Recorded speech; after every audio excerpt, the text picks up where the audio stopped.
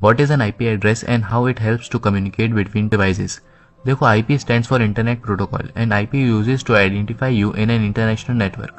यानी इंटरनेट पर आप कहाँ लोकेटेड हैं वो आपका IP एड्रेस बताता है। यानी अगर मुझे एक डेटा किसी एक पीसी से दूसरे पीसी पर सेंड करना है तो मुझे उसका IP एड्रेस जानना होगा। एज सेम एज तुम्हारे जोमेटो वाले भैया को तुम्हें फूड डिलीवर करने के लिए तुम्हारा एड्रेस जानना होता है।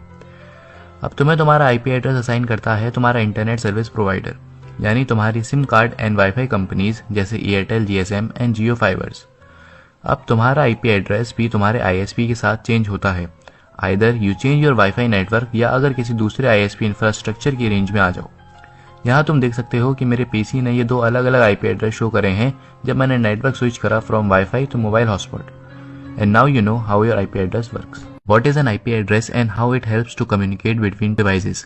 देखो, IP stands for Internet Protocol and IP uses to identify you in an international network. यानी इंटरनेट पर आप कहाँ लोकेटेड हैं वो आपका IP एड्रेस बताता है। यानी अगर मुझे एक डेटा किसी एक पीसी से दूसरे पीसी पर सेंड करना है तो मुझे उसका IP एड्रेस जानना होगा। एज सेम एज तुम्हारे जोमेटो वाले भैया को तुम्हें फूड डिलीवर करने के लिए तुम्हारा एड्रेस जानना होता है। अब तुम्हें तुम्हारा IP एड्रेस असाइन करता है तुम्हारा इंटरनेट सर्विस प्रोवाइडर, यानी तुम्हारी SIM card and WiFi companies जैसे Airtel, GSM and Jio fibres. अब तुम्हारा IP एड्रेस भी तुम्हारे ISP के साथ चेंज होता है। Either you change your wifi network या अगर किसी दूसरे ISP इंफ्रास्ट्रक्चर की रेंज में आ जाओ।